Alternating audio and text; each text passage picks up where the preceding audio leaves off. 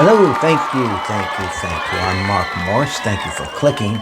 Today I want to talk about some VCLT I received as a surprise gift from one of the vinyl community members that is well known for his generosity. And we're talking, of course, of Steve at A is for Alice, B is for Bob, etc., etc., etc.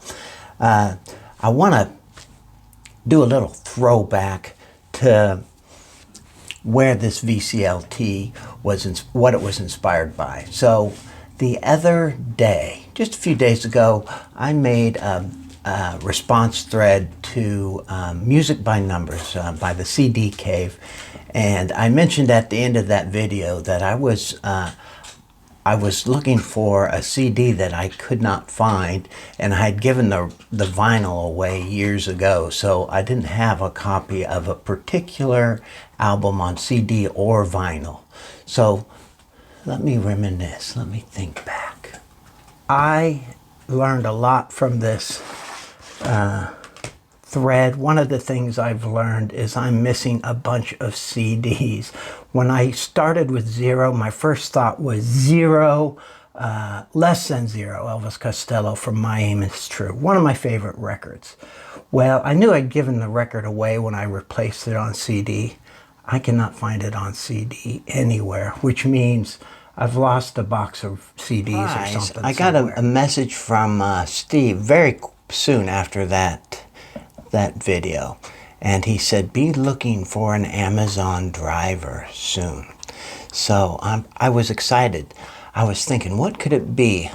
I figured it was vinyl related.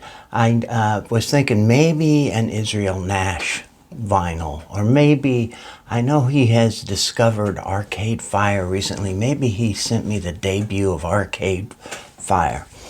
But no, that's not what it was. What it was the record I had mentioned that I could not find in that video. Elvis Costello, My Aim Is True. And I love this record. I have so many stories about it. And I think I'm going to tell some.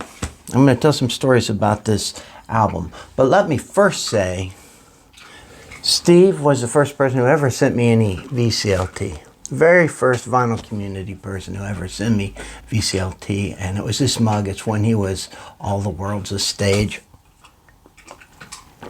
Coffee still tastes best out of this mug.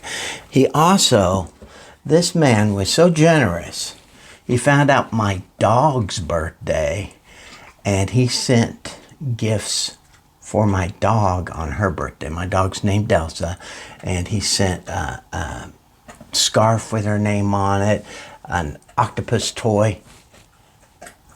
I want to show you that video too, because I love to show off my dog. So here's Elsa enjoying the gifts from Steve from A is for Alice. Ready, go.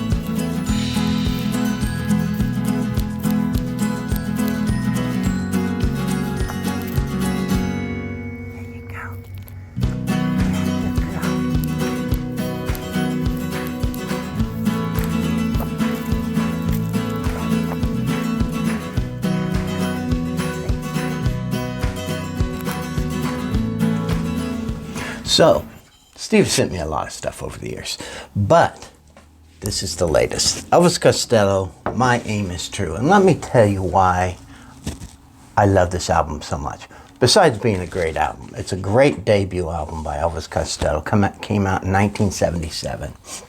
I was 15 years old. My older brother Terry had gone away to college, and we were very close. And he really helped shape my musical direction.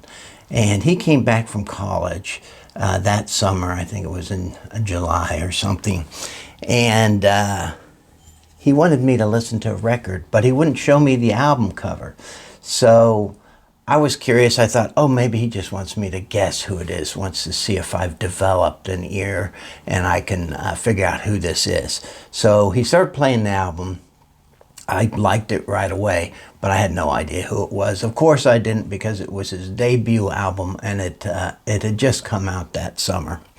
And I listened to it and I was guessing. He says, I don't want you to guess. I just want you to listen to it, and then I'm going to show you the album cover. So I was just like, what in the heck is he doing? So I listened to the album and he said, what do you think? I said, oh, it's great. Very clever, catchy. I like the fast tunes. And then he showed me the album cover. And of course it's this. It's Elvis Costello. And then more significantly, it was this.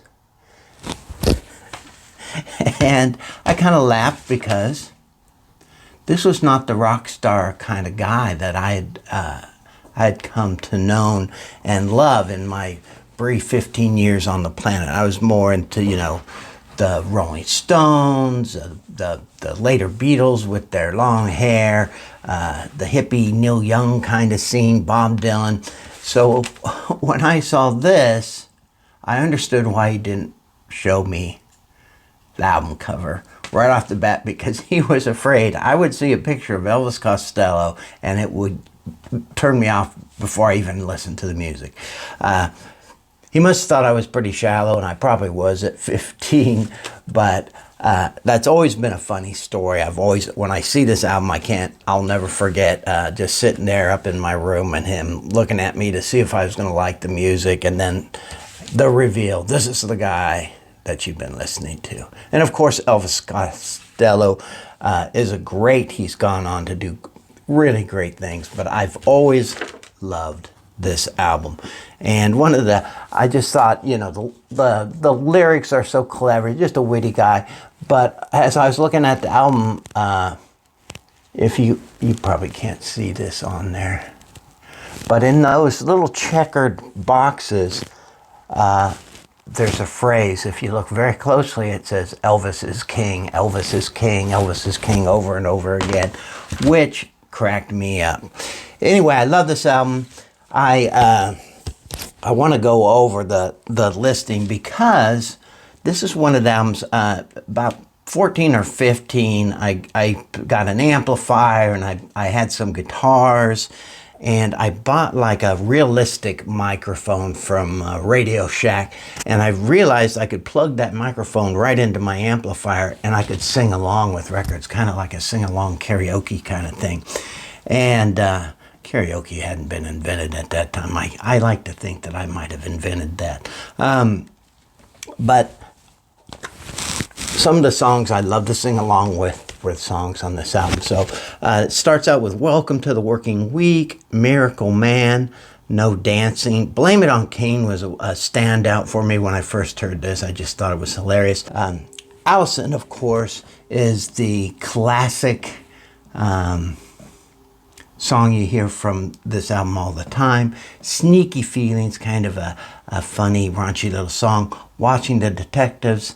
Then side 2, The Angels Want to Wear My Red Shoes, has the immortal lines, I'm so happy. I told her I'm so happy I could die. She said drop dead and left with another guy. Classic stuff. Less Than Zero, that's the song that I was looking for to put on my Music by Numbers thread response, where I realized I didn't have this album on CD or vinyl. Mystery Dance is one of my very favorite songs to sing along to.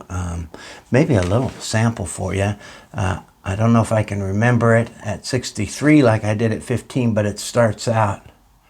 Romeo was restless, he was ready to kill. He jumped out the window because he couldn't sit still. Juliet was waiting with the safety net, said, don't bury me because I'm not dead yet. That's how it starts. But the whole song is fast like that. Loved it. Pay It Back. I'm Not Angry and Waiting for the End of the World. Maybe my favorite song on this album. Just a great album. I'm so glad to have it back in my collection, Steve. And I'm so happy that you sent it to me. And I'm grateful, grateful, grateful. I don't know what I've ever done to deserve these gifts and this, I'm going to call it admiration. But I do appreciate it. Thank you for watching. Thank you especially, Steve, for always thinking of me and welcoming me back. He sent me a little message too. I guess I should mention that. Great to have you back in the VC, Mark. So thanks for welcoming me back. I had a little bit of a hiatus there, but I'm back and stronger and happier than I've been in a long time. So thanks a lot, Steve, and I'll see you guys again in the next video.